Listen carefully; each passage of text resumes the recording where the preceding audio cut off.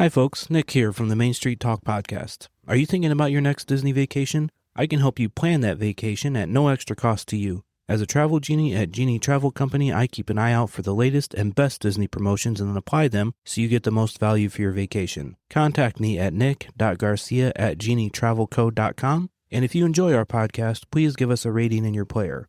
Enjoy this week's show.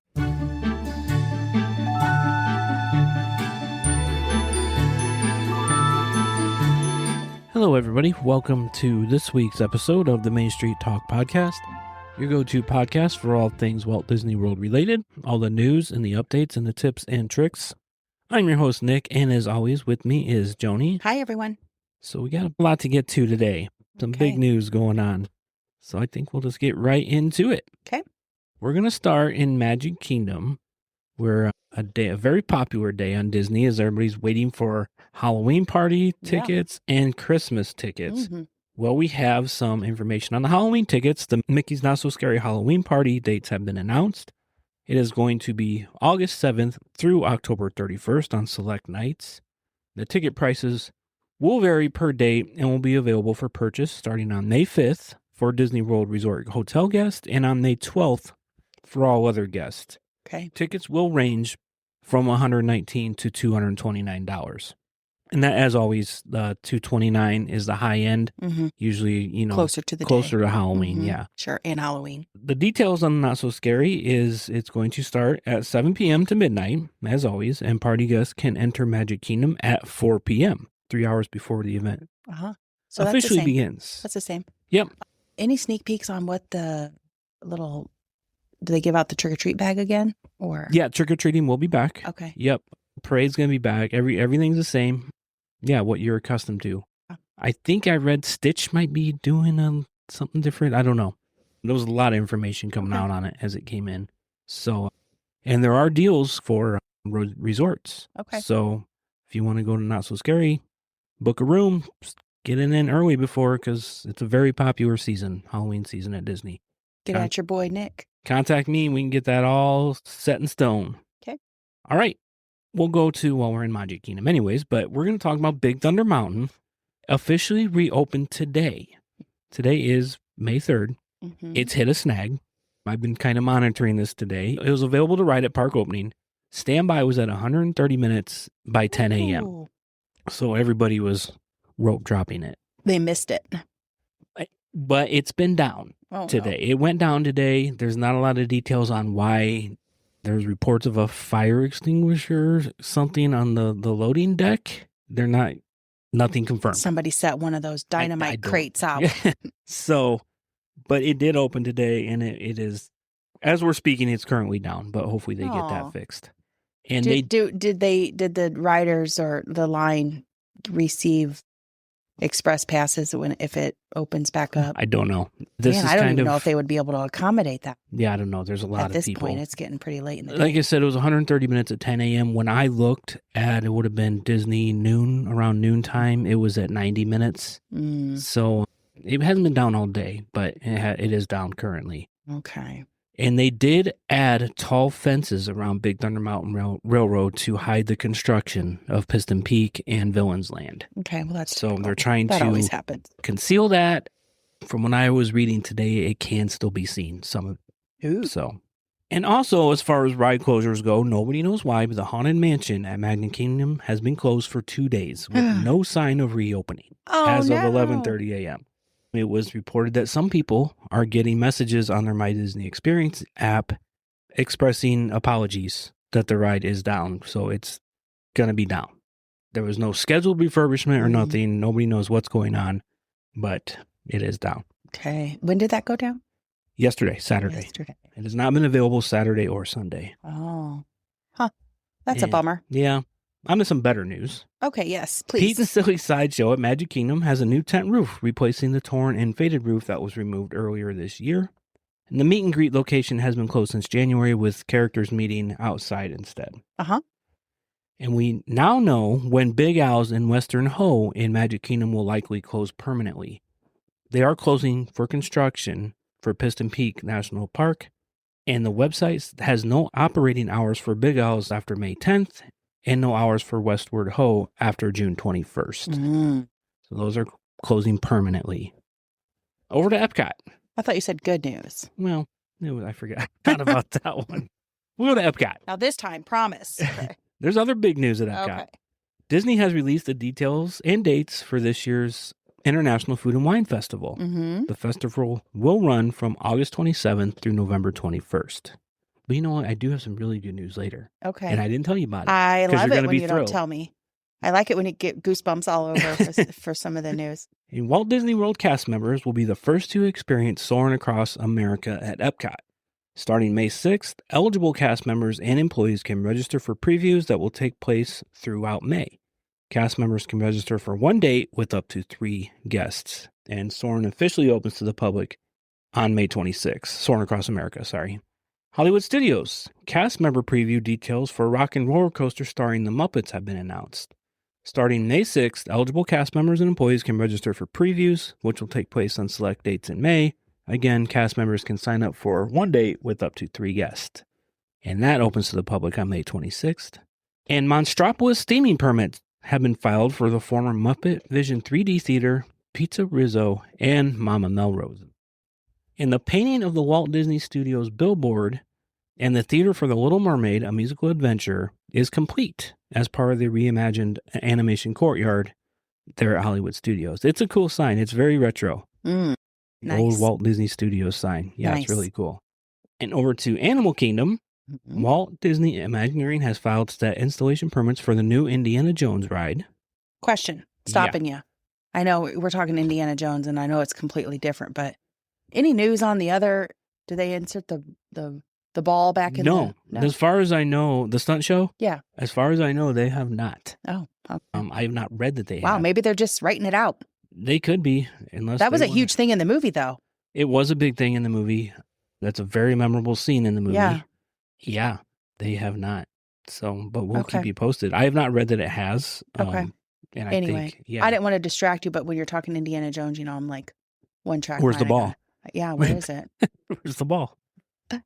And in the latest update about the new Tropical Americas, we learned information about the Encanto ride. Guests will be invited to celebrate Antonio's new gift, the ability to talk to animals. And along the way, we'll learn that no matter what our special gifts and abilities are, we're all part of the familia of all living things. And Disney also shared insights into the creation of Tropical Americas. Expeditions to Mexico and Central America, Imagineers visited the Mayan ruins of Copan in Honduras to study ancient stone carving techniques and local quarries, ensuring the Indiana Jones Temple looks authentic. Cultural immersion in Colombia. The team traveled through the same Colombian towns that inspires Encanto to capture the specific architecture, vibrant colors, and lived-in feel of the traditional town square.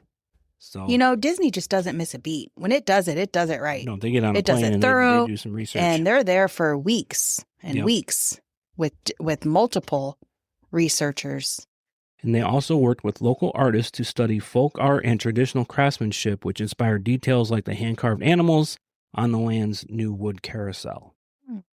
That's what I have for park news. Okay. Over to miscellaneous. Toy Story 5 will be the first in the franchise with a PG rating. Ooh. Yep. And also Toy Story 5 will getting risque. Yeah, getting towing that line, Disney. I don't know. Toy Story 5 also... All you 12-year-olds, you gotta wait. Toy Story 5 is likely Andrew Stanton's last Pixar film. He was Pixar's 9th employee and 2nd animator. He's been with the studio for 36 years, since he was 24 years old, and he's now 60. He is directing it, and he said this is likely his last. But he also said there was another movie that he said was likely his last in 2015. I can't remember. Yeah, and you know what? When you do what you love, you can't stop. Yeah, but he did say in the same article that making one of these movies is just one movie is the equivalent of earning a 4-year degree, time-wise and effort-wise. Yeah, is what he said. I bet. But the more you do it, the more it just you got the flow. Experience. Yeah. Oh well, he'll be missed for that. And a live-action But Casper. come on, a Toy Story 5, I think we're Toy Storied, at some point. I think Toy Story 11. I have not read confirmed, but I heard maybe 2 more. Oh, my word. So I don't know. Woody and Buzz are going to start getting some I don't achy know. bones. Yeah, they're going to have like balding and gray hair. Yeah. And a live action Casper series is in the works for Disney Plus. So far, it's in the very early stages of development and is a modern update on the classic ghost story. Disney won against other major streamers to gain access to the project. And in Josh D'Amaro's first, I guess, major business decision, he has decided not to turn ESPN into a standalone company. There was talk that that might happen. He decided not to do that.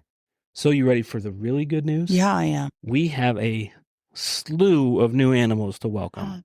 We do. She's smiling. Oh, yay. The newest star is Maasai giraffe calf, a female. Born April 26th to mom Willow. Oh, the giraffes are my favorite. This female calf weighed 120 pounds and stood nearly 6 feet tall at birth. Oh, my word. Her arrival is now a major win for conservation as Maasai giraffes are currently endangered. She is currently bonding with her mother in a backstage habitat at Animal Kingdom. Disney has announced she will make her public debut on the savannah at Kilimanjaro Safaris later this summer, and she'll eventually join the rest of her herd, including her popular half-brother, Tucker, born in 2025. What is her name again? Her name doesn't say. Her mom is Willow. No, Mama's name's Willow. Yeah, Mama's name's Willow. Maybe they don't have a name yet. Maybe not. That's okay. Sometimes you have to see the baby and experience the I'll baby. see if I can before find you that can while name you're it. doing that. But Tucker's brother's name. Tucker is brother, half-brother. Okay. Yep. Oh, how cute is that? The historic arrival, Mabel the Ankle, I don't know if I'm saying this right, Mabel the Ankle calf. Mabel is making history as the first Ankle calf born at Walt Disney World in over 24 years. Ankle cattle are famous for their massive sweeping horns, which Mabel will eventually grow into. She is currently at Animal Kingdom Lodge. Mabel is such a calf cow name, isn't it? Yeah. I'm sorry if there's any Mabels out there, but I think it's a perfect, just like Spot or is for a dog or whatever. Yeah. And Mabel is currently being cared for backstage, but is expected to join the animal rotation on Animal Kingdom Lodge Savannas this summer. You ready for this? The Lodge Squad. Red River Hog Piglets. Oh my gosh. There are 4 new piglets in total. 3 males, Mason, Cooper, and Philip, were born to mom Clementine, and a female, Demi, was born shortly after to mom Persimmon. They are at Animal Kingdom Lodge, and it says where to see her. Where to see them. These energetic piglets are already starting to explore the savanna habitat at the lodge, but they're sticking very close to their moms. Okay, I have a question because I don't recall ever seeing pigs at the lodge. I don't know. That's what it's telling me. We've rounded all those savannas. Yep. I'll double check that. Either they're hiding or I don't know what's going on, but okay. Well, cute. We got 4 new babies there. We got a baby calf. We got a baby giraffe. Parker the Nyala. What? Parker is a male Nyala calf. He was born with white stripes and spots that help him hide in tall grass.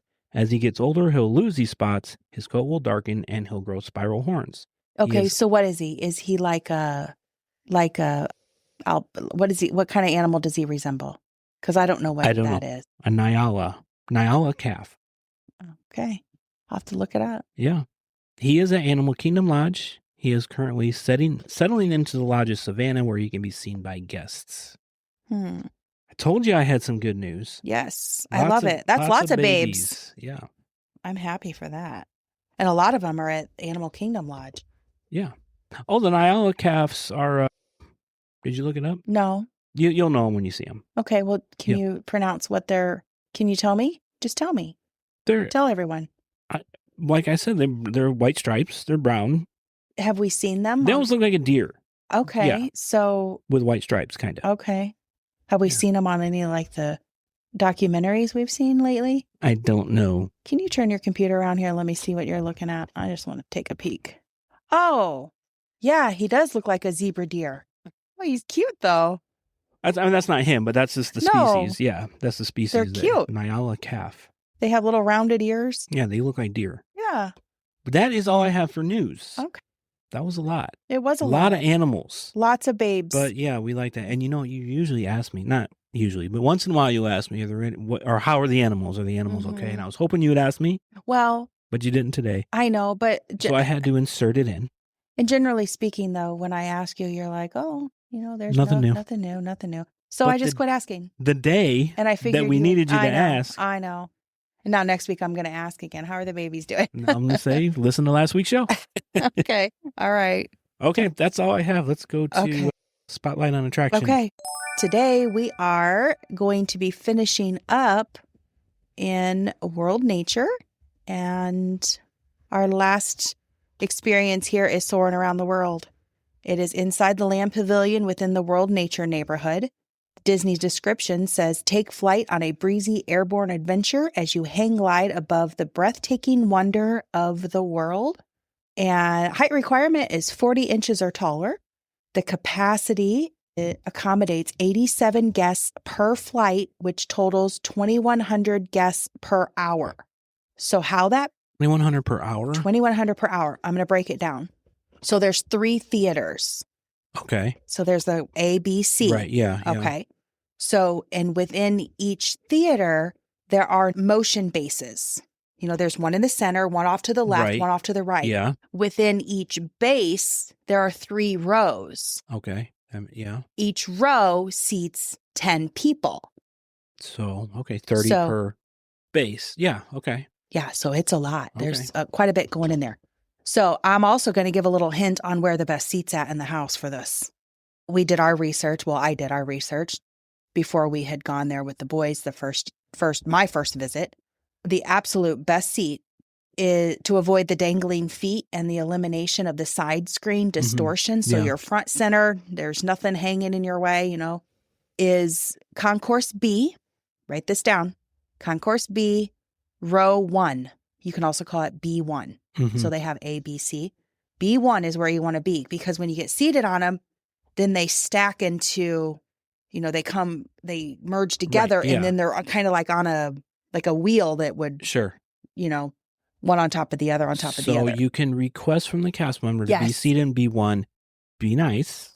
Yes. They don't have to do it. It just says ask a cast member at the final merge point to wait for B1, which may require waiting for the next flight. Or if B1 isn't available and you don't want to wait, B2 is the next option, and it is actually the truer center. Right. Because B1, you're going to be higher, so you're going to be more so downward, but B2 is literally straight eye level. But with that position, you are going to have feet dangling. So B1 is, in my opinion, the one to go for. B2 is the next option. It is a tier 2, and it is highly recommended that you choose this as your top pick for your tier 2 rides. Guests must transfer from a wheelchair to the ride vehicle. The duration is approximately 5.5 minutes. It opened in Walt Disney World May 5th, 2005.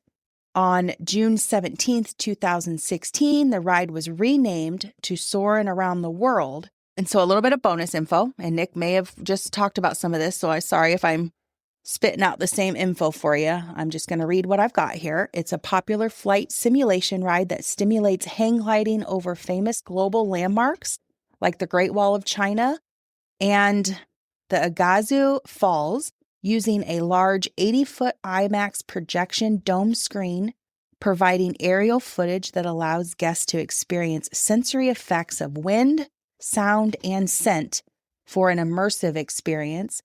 Riders sit in a multi-row vehicle equipped with a pull-down shoulder restraint that lifts them in front of the screen, creating a sensation of flying.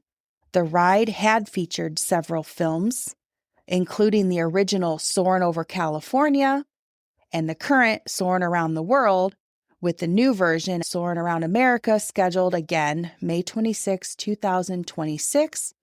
Please note that some riders may experience motion sickness even if you hadn't had motion sickness before. Yeah, it can. So just be sensitive and mindful of that. So that's what I have. I love Soarin'.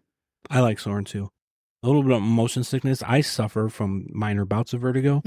Soarin' has never bothered. The only ride that ever has bothered me at Disney is Mission Space Orange. But like I said, I have minor bouts of vertigo. Yeah. But it can cause motion sickness for sure. So yeah, but it's a really cool ride. I like Soarin' a lot. I'm excited to see the new one here.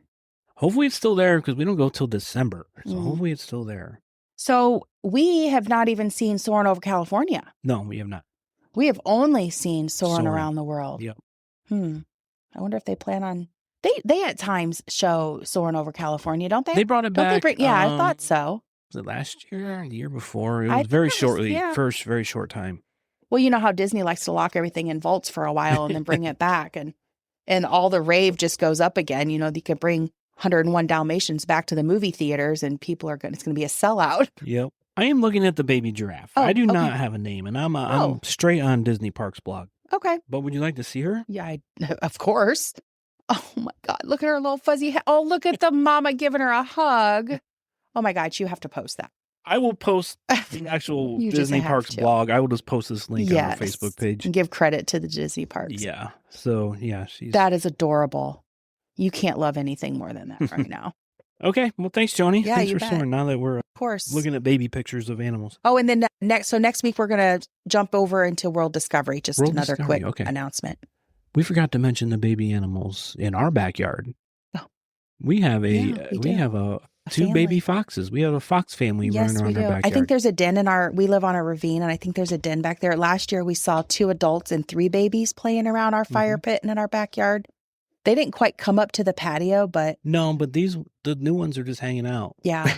It was funny because one of the little babes, it was an adult one, I'm assuming the mama and 2 babies. Yeah. And the mama's just sitting there, you know, kind of keeping lookout. The babies are playing and the baby kept coming over and nipping at her at the base of her tail and making the mama flop around. And then another cool thing that happened. Were you here when that happened? No. The deer. No. It was just the fox. The mama was on alert and it just kept looking and looking. And so I peeked out the window to see what it was looking. Here comes a deer strolling across the backyard. Yep. And then here comes another deer. And by this time, the babes had gone down into over the fence or under the fence. It's just back a wooden down to the hill barn fence. And the mama was still sitting there. And then here comes the second deer. And then here comes the third deer. And then mama said, "I'm out." And she went down too. So it was quite thrilling, you know, for the first 10 minutes being there, seeing all of that activity happening. The joys of living in Northwest Illinois. Yeah. Well, you know, and Nick was wondering, you know, he says, we don't see any rabbits. Well, because we have a fox den somewhere in our Rabbits area. are not coming anywhere near this. That's right. Now on to This Week in Disney History. We start May 3rd, 1931 with the release of the Mickey Mouse short, The Moose Hunt. Mm-hmm. Mickey is out in the woods with his dog, who had appeared in 2 previous shorts as an unnamed pup and a hound named Rover, but in The Moose Hunt, he officially gets his name, Pluto. Really? Well, happy anniversary today, Pluto. Happy birthday. You said the 3rd, right? Yep, May 3rd. Okay, yeah. May 6, 1940, the Walt Disney Studios officially completed their move to Burbank, California. After the massive success of Snow White, Walt used the profits to build a state-of-the-art studio on Buena Vista Street. This wasn't just an office move, it was the birth of the campus where Pinocchio, Fantasia, and nearly every classic thereafter would be produced. The studio remains the company's global headquarters to this day. On May 9th, 1954, Walt's eldest daughter, Diane Disney, married Ron Miller. This was a pivotal moment for the company's future. Ron Miller would later serve as president and CEO of Walt Disney Production in the early 1980s, overseeing the launch of the Disney Channel and the creation of Touchstone Pictures. May 9th, 2015, Disneyland fans got a wish granted that was 46 years in the making. Hatbox Ghost officially returned to the Haunted Mansion in Anaheim. He had famously appeared for only a few days when the ride opened in 1969 before being removed because the effect was not working right. So modern technology finally caught up to the Imagineer's vision, and he's been losing his head ever since. I love it. 2023, finally on May 5th, 2023, Marvel Studios released Guardians of the Galaxy Volume 3, and we all know how big of a success those are. That's what I have for This Week in Disney History. Okay, perfect. Speaking of movies, blockbuster movies, what movie do we have this week? Okay, so our movie of this week is the 1955 title, The Littlest Outlaw, rated G. And this movie's first appearance was December 22nd, 1955. Runtime is 73 minutes. The budget is not publicly disclosed in standard industry, but it was produced as a significantly lower budget, small scale, on location endeavor compared to previous massive projects like 20,000 Leagues Under the Sea. So, box office, huge, 1.6 million. Really? Yeah. Creators, we have director Roberto Gavaldon. Cinematography is Alex Phillips, and music by William Lava. Oh, I lava you too. I wasn't able to get any specifics on this, and though it was essentially an original production, it may have been formalized or credited as being based on a short story titled The Little Outlaw by Robert L. Richards during development. Disney, however, didn't adapt from this film from a well-known pre-existing book, so the short story credit is more of an internal or developmental origin than of any famous work. So Disney, quote, like puts it as its original production, right? But there is a story that's very similar behind it. Mm-hmm. So the production locations, I've got several of these. The production location was Estudios Churubusco in Mexico City. And I also have primary locations being San Miguel de Allende and the surrounding Guanajuato region, provided by the authentic backdrop for the film's landscape and rural scenes. Specific sites such as the ranch were shot at the Rancho Mason del Prado, and a lot of the authentic Mexican locations were used to showcase culture, featuring festivals and local scenery rather than California backlots. It's a family adventure film that blends drama with heartfelt themes of courage and loyalty. The story follows Pablito, who befriends a spirited horse that has been deemed dangerous and is scheduled to be destroyed. Determined to save the animal, he runs away with the horse, leading to a journey filled with challenges, pursuit, and personal growth. Along the way, the film explores themes of compassion, responsibility, and standing up for what is right, even in the face of authority. Like many Disney films of the era, it combines emotional storytelling with scenic settings and a moral lesson about empathy and bravery. So some of the sidekicks here. Pablito's main companion is Conquistador, who is a beautiful and spirited Mexican stallion. I did look up to see how old the horse was in this film. It doesn't give it, but knowing that the trait or the actions that he's able to do, he was a mature horse. Right. He wasn't like a colt or anything like that. Then we have Padre Elipiro, who is the priest that helps the couple out, the little boy horse duo. And then the gypsies, a small group of travelers who briefly take them in during their journey across the Mexican countryside. He does have some family members, this little boy does. The general is his stepfather, and he's the one pursuing him through the entire film. His mother, who is caught in the middle, I don't really remember them showing her, except maybe right at the beginning. I can't remember seeing his mom. I don't remember the mother at all. She's not given a name here. So anyway, she's caught in the middle because she loves her son very much, but she's also very submissive to her husband and his authority, which causes Pablito to feel isolated. Follow-up movies, while there are no direct sequels, the film belongs to a specific era of Disney live-action films from the 1950s and 60s that focuses on the bond between children and animals or stories set in Spanish-speaking cultures. Awards section, despite being a well-regarded example of early Disney live-action storytelling, the film didn't win or receive any major industry award nominations, such as Oscars or Golden Globes. While the film itself went unrecognized by major award bodies, its creator and producer, Larry Landsberg, was a highly decorated filmmaker in the animal genre. So when I was saying before about the story that this other gentleman was supposed to have been credited to, Robert L. Richards, that was a book or a little short story that. But they actually credit this other. Him. Yep, they credit this other gentleman, Larry. And like I said, he was a highly decorated filmmaker in the animal genre. Pablito, played by Andres Valaquez, was singled out by critics at Variety as one of the best child performances of the era. So a couple little bonus infos on this show. It has several unique behind-the-scenes facts that make it stand out in Disney history, particularly regarding the production methods and cultural impact.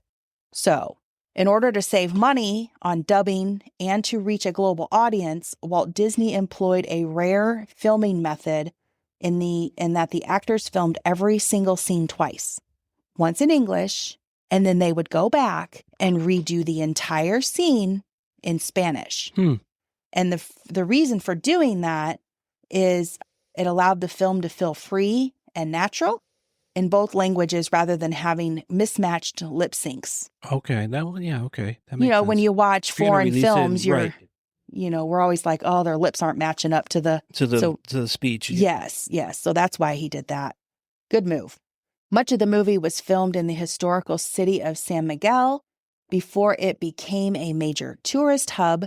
The bullfighting scenes were filmed at the Plaza de Toros, Mexico, in Mexico City, which is the largest bull ring in the world.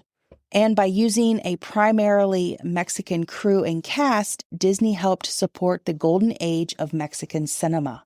As for Conquistador, who is the true star of the production, he was a highly trained stallion named Highland Dale, and he was trained by Ralph McCutcheon, the same man who trained horses for Fury and the Lone Ranger. And since there were no stunt doubles, most of the trick riding and emotional reactions were performed by the primary horse, which was very unusual for the time. So, yeah, pretty interesting. No stunt double horse? No stunt double horses. Nope, he did it all himself. So, he's a one of a kind. So that's what I got for that. Okay. What do you think of it overall? We watched it a couple weeks ago. Yeah. A one and done. It was okay. Yeah. I'm glad we watched it. Yeah. Probably wouldn't watch it Well, again. we're going to watch every single movie that comes along. Probably So it's going to take us 8 years to get through all of it. All right. Thanks, Joni. Oh, you bet. On to this week's tip or trick. Now, I have a list that I just use, and this one just popped up, but it is a good tip or trick.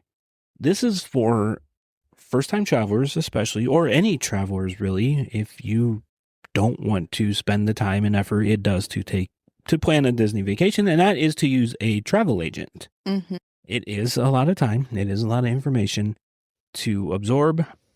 The good thing about travel agents is if you book with a travel agent or you book straight through Disney's website or you call and book with Disney, it is the exact same price. Yes. The travel agent commission is built into the price. Yeah. We're free to use to you. And we do the small things like keeping eyes out for promotions, anything like that. And we keep eyes out for if your hotel is going to go through a refurb when you're there. Maybe you're staying in a hotel because you like this pool. And then we keep eyes out for the refurbishment of that pool. If it's going to be closed during your stay, we're going to call you and, hey, your pool is going to be closed. And if I can make just a couple comments, I had a complete misconception of travel agents. I thought that they charged a fee way back in the day. I had never used one because I was under the misunderstanding that there was a fee involved. Some agents will charge a fee if you're not booking the package through them and they just want some guidance.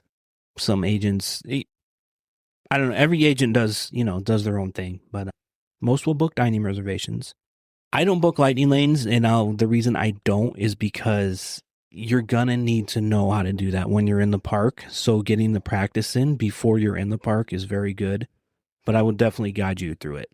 But yeah, anyways, you're not going to leave them hanging. You can definitely give tips. Yeah, I'll give a tip. I'll give a strategy. What do you want to do? What's important to you? Yeah, just to kind of help them get that fright of using the app. Mm-hmm. But yeah, you are going to need to know how to book lightning lanes when you're in the park. Mm-hmm. So, all right, yeah, that's my tip or trick. Use a travel agent. Yeah. All right, well, that's going to do it for this week's show. Okay. Oh, I did forget. So we're going to be we gave away our $50 gift card last week. Now we're going to do a different kind of giveaway. We're going to give away a Magic Candle Company car air freshener. It's going to be, the information is going to be on our Facebook. Or bathroom or office or wherever you want to put it in your cubicle. It's just a hanging freshener. Yeah. The information will be on the Facebook group. I'll pin the post. The Facebook group is linked in the show notes. It is Disney World Tips and Tricks. Like I said, the link will be there because I know there's a few Facebook groups that are that name. Information will be in there how to enter to win the air freshener. Yeah. It'd be great for the desk drawer. Every time you got to open it to get a pen, you smell vacation. Yeah. You just smell You vacation. smell the Polynesian. Yeah, that's right. So our Facebook page is Main Street Talk. Facebook group, like I said, Disney World Tips and Tricks. Instagram is Main Street Talk Podcast. The website is mainstreettalkpod.com. We are on YouTube. We are audio only, not video. And you can contact me for any travel, nick.garcia@genietravelcode.com. And we are affiliates of the Magic Candle Company. The link is on our website. Use the code Main Street Talk at checkout for 15% off. We will be back next week with more Disney news, a new movie, a new attraction. A new area. A whole new area. A whole new area. Yeah, a whole new EPCOT area. So stay tuned. We will See you next week. Talk to you real soon. Bye, everyone.